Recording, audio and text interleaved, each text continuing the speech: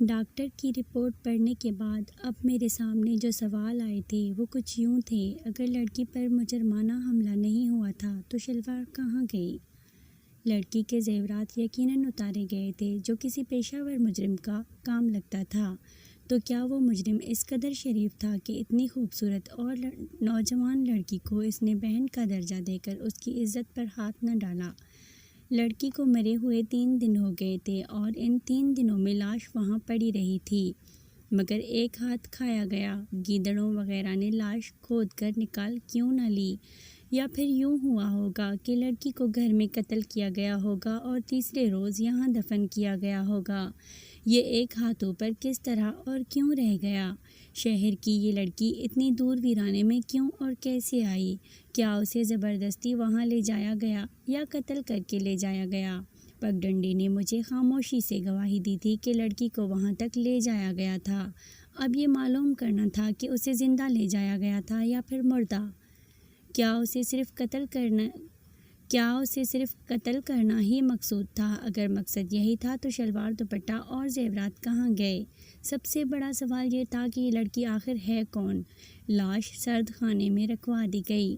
Photographer نے اسے شام مجھے لڑکی کے چہرے کی فوٹو دے دیے، جو میں نے تمام اخباروں کو اس ہدایت کے ساتھ روانہ کر دیے کہ کل صبح کے اخبار میں ضرور شائع کیے جائیں۔ صبح اخبار آئی تو لڑکی کے فوٹو چھپ گئے تھے اور نیچے لکھا گیا تھا کہ اس لڑکی کے وارث ہسپتال کے سرد خانے میں جا کر لاش کی شناخت کر سکتے ہیں۔ مجھے یہ خدشہ تھا کہ لاش کا چہرہ کچھ بھول گیا تھا، اس لیے اس کے وارث چہرے سے شناخت نہیں کر سکیں گے۔ 3-4 دن تک کوئی نہ آیا تو ہسپتال سے یہ اطلاع آئی کہ لاش چونکہ پہلے ہی پھولنا شروع ہو گئی تھی، اس لیے لاش زیادہ دن تک سرد خانے میں نہیں رکھی جا سکتی تھی۔ لاش مزید خراب ہو رہی تھی، اس لیے مجھے لاش سرد خانے سے اٹھوانی پڑی۔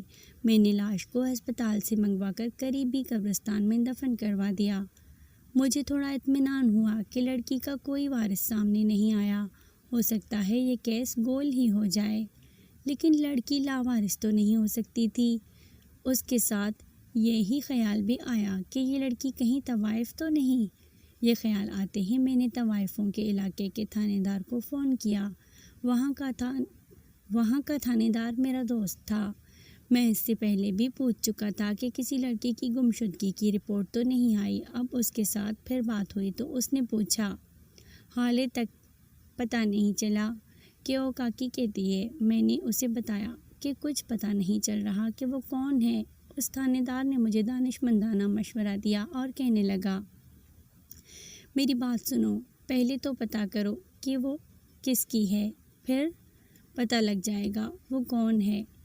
میں نے اس سے پنجابی میں کہا، کاکی کہیں تیری تو نہیں؟ اس تھانے دار نے مجھے نہایت ہی گندی گالی دی۔ میں نے اس سے کہا، لگتا ہے تم میری بات سمجھے نہیں، میں تو یہ پوچھ رہا ہوں کہ کہیں وہ تمہارے علاقے کی طوائف تو نہیں؟ وہ میری بات سمجھ گیا اور وعدہ کیا کہ کل تک پتہ کر کے مجھے پکی خبر دے گا۔ مجھے شک تھا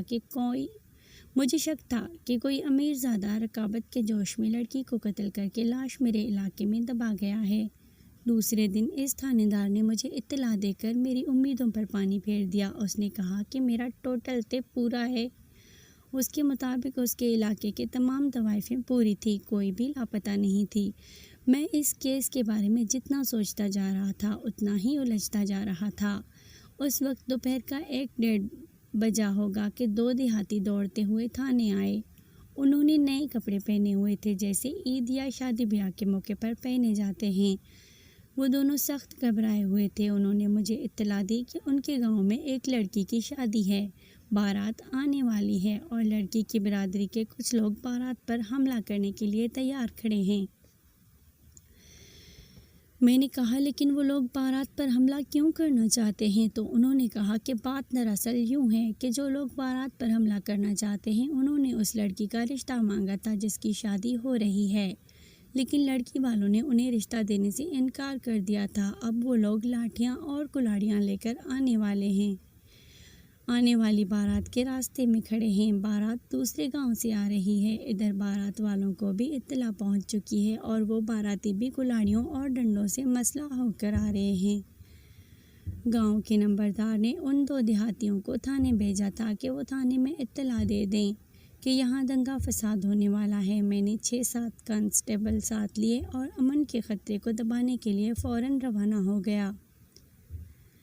گاؤں میں پہنچے تو بہت سے لوگ نئے کپڑے پہنے ہوئے تھے۔ پولیس کو دیکھ کر گاؤں میں ہلچل سی مچ گئی۔ فوراً ہی ہمارے لیے نئی چارپائیاں نکال دی گئیں۔ نمبردار بھی وہاں موجود تھا۔ میں نے مطلوبہ پارٹی کے چند معتبر لوگوں کو بلایا اور انہیں ڈرایا دھمکایا اور اس کارروائی سے منع کیا۔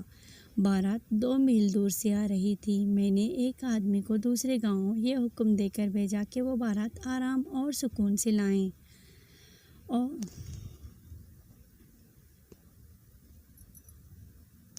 اور وہ لوگ لاٹھیوں اور کلاڑیوں کے بغیر آئیں۔ یہاں ان پر کوئی حملہ نہیں کرے گا۔ میں نے دیکھا تھا کہ وہاں پر فضا واقعی خون خرابے والی تھی۔ میں نے حملے کی تیاری کرنے والی پارٹی کے 3 سرغنوں کو تھانے بھیج دیا۔ ان کو تھانے بھیج کر میں نے آنے والی بارات کا انتظار کرنے لگا۔ میں وہاں پر موجود عورتوں اور بچوں کو دیکھنے لگا۔ سب نے رنگا رنگ کپڑے پہنے ہوئے تھے۔ عورتوں کے کپڑے بہت شوخ تھے، بھڑکیلے اور گہرے رنگوں کے کپڑے جو خاصے سستے تھے۔ ان دنوں ایک کپڑا آتا تھا جسے ٹاسا کہتے تھے۔ اس وقت وہ کپڑا بہت چلتا تھا۔ یہ خاصا سستا کپڑا ہوتا تھا۔ دیہاتی یہی کپڑا پہنتے تھے کیونکہ اس میں شو اور شوخی زیادہ اور قیمت کم ہوتی تھی۔ ایسے کپڑے عورتیں عیدوں اور شادیوں پر پہنا کرتی تھیں۔ مجھ سے تقریباً 15-16 گز دور ایک درخت کے نیچے 6 عورتیں اور کچھ بچے کھڑے تھے۔ ان سب میں کوئی خاص بات نہیں تھی کہ میں انہیں غور سے دیکھتا۔ ان پر اڑتی ہوئی نگاہ پڑی تو ایک عورت نے میری نظر کو بالکل اس طرح جکڑ لیا جس طرح لاش برآمد ہوتے وقت پگڈنڈی نے میری نظروں کو جکڑ لیا تھا۔ اس عورت کا رنگ دوسری عورتوں کی نسبت قدرے صاف تھا، جسم بھی اچھا تھا۔ باقی عورتوں نے بال اس طرح باندھ کر رکھے تھے کہ کوئی بال دوپٹے سے باہر نہیں تھا، لیکن اس عورت نے کن پٹیوں سے کچھ بال کانوں سے آگے کھلے چھوڑ دیے تھے جو اچھے لگ رہے تھے۔ وہ ایک جوان عورت تھی اور شوخ بھی نظر آتی تھی، مگر میں نے اسے غور سے اس لیے نہیں دیکھا تھا کہ وہ دوسری عورت کی نسبت اس میں کشش زیادہ تھی، بلکہ وجہ یہ تھی کہ اس کی شلوار ٹاسے کی نہیں تھی۔ اس کی شلوار کسی قیمتی کپڑے کی تھی۔ اس کا دوپٹہ بھی قیمتی تھا۔ البتہ اس کی قمیض دیہاتی ذوق کے عین مطابق تھی۔ دیہاتی شوخ رنگ پسند کیا کرتے تھے، مثلاً گہرا سرخ، گہرا سبز اور جامنی وغیرہ۔ اس عورت کی قمیض تو ویسی ہی تھی، لیکن شلوار اور دوپٹے کا رنگ دیہاتی ذوق سے بہت دور تھا۔ رنگ کے علاوہ شلوار کے کپڑے کی جھلک بتاتی تھی کہ یہ عورت کھاتے پیتے گھرانے سے ہے۔ اس کا ذوق شہری ہے، مگر قمیض بھانڈا پھوڑ رہی تھی کہ یہ عورت دیہاتی ہے۔ اچانک شلوار اور دوپٹے کے رنگ نے میرے ذہن میں ہلچل مچا دی۔ شلوار اور دوپٹے کا رنگ چاکلیٹ تھا۔ میری نظروں کے سامنے لاش کی قمیض آ گئی۔ کہانی ابھی جاری ہے۔ مزید اقساط کے لیے ہمارے چینل کو ضرور سبسکرائب کریں۔